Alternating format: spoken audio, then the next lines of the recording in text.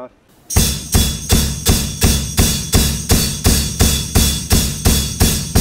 Well, you're in your little room and you're working on something good, but if it's really good, you're gonna need a bigger room. Well, hello again from an incredibly lazy Dexter and me, back on your screens for more photographic frivolity, fun and mirth, he said. Anyway, in that vein, I hope you enjoyed the little introduction to today's video. I don't normally do things like that, but I wanted to pay some sort of tribute to my photographic and videographic heroes, people like Thomas Heaton and Ben Horn. If you watch any of their videos, you'll see them hiking off into the distance to get that sort of excellent composition and award-winning image. Well, I can't hike anywhere. That entire video was shot within 10 metres of our car, believe it or not. But I still wanted to make my own little sort of fun tribute to them. Anyway, I hope if they see this, I doubt they will, but if they do, I hope they're not offended, and I hope you're not offended either. But it's something that I probably will never ever do again. Right, anyway, on to today's video, and the topic is fanboyism. Well, first off, what is a camera fanboy?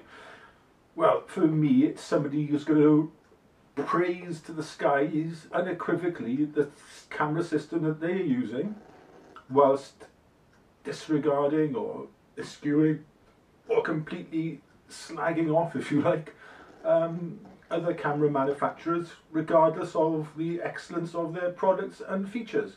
Now, a lot has been said recently by some YouTubers that Fujifilm users are fanboys and will fiercely defend Fujifilm to the death if necessary.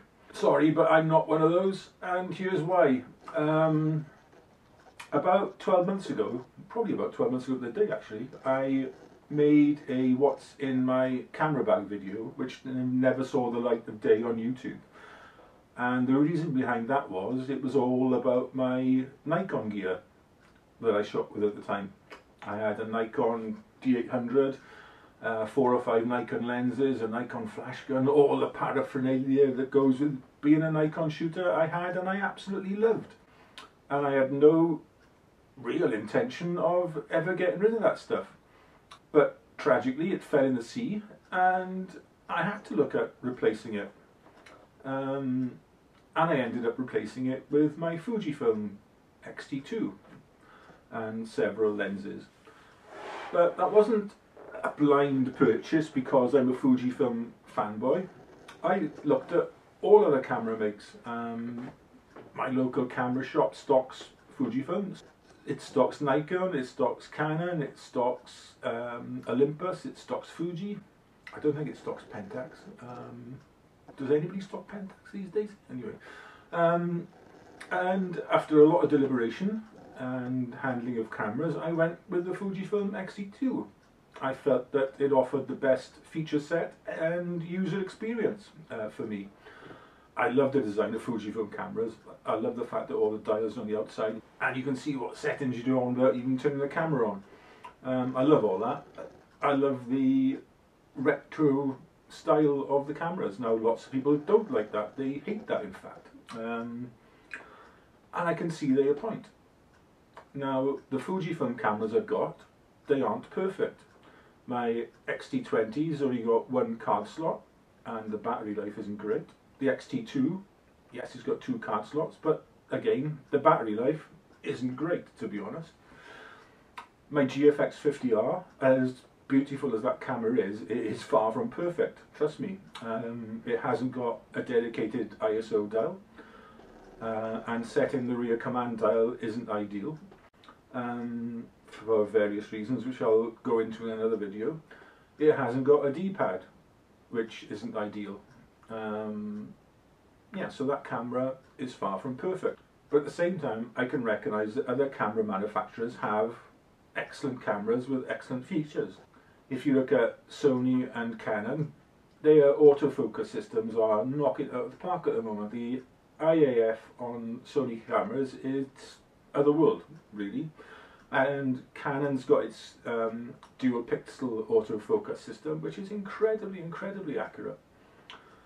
Olympus make absolutely fantastic looking cameras. They're lovely to hold, they're lovely to touch and use. And in fact, it's really hard these days to buy a bad camera.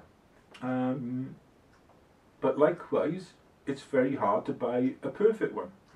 Now for me, two cameras do come fairly close to being perfect.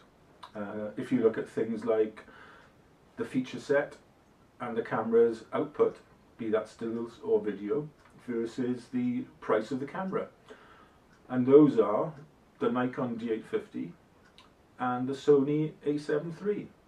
But then they're not 100% perfect. The Nikon is big and heavy, it's now old technology if you like, DSLRs, and the Sony, ergonomically, for me anyway, is a bit of a nightmare.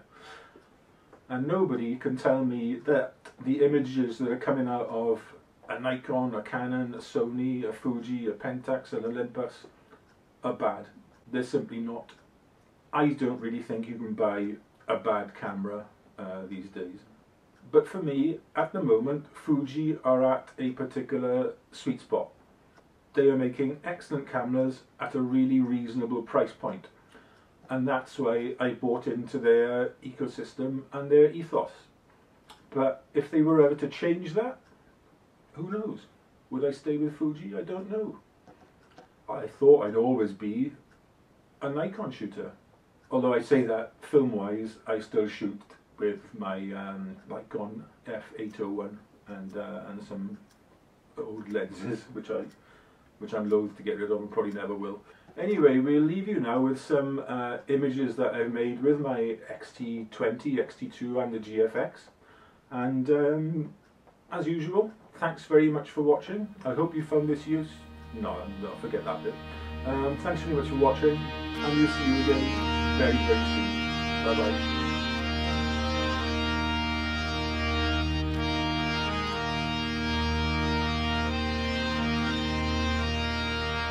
I wanna go to the sun, hold my life like I'd never done.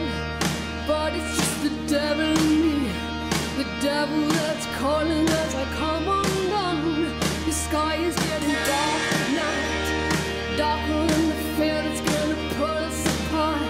My beating is the sound of love, the sound of love is beating like a fevered heart. And it's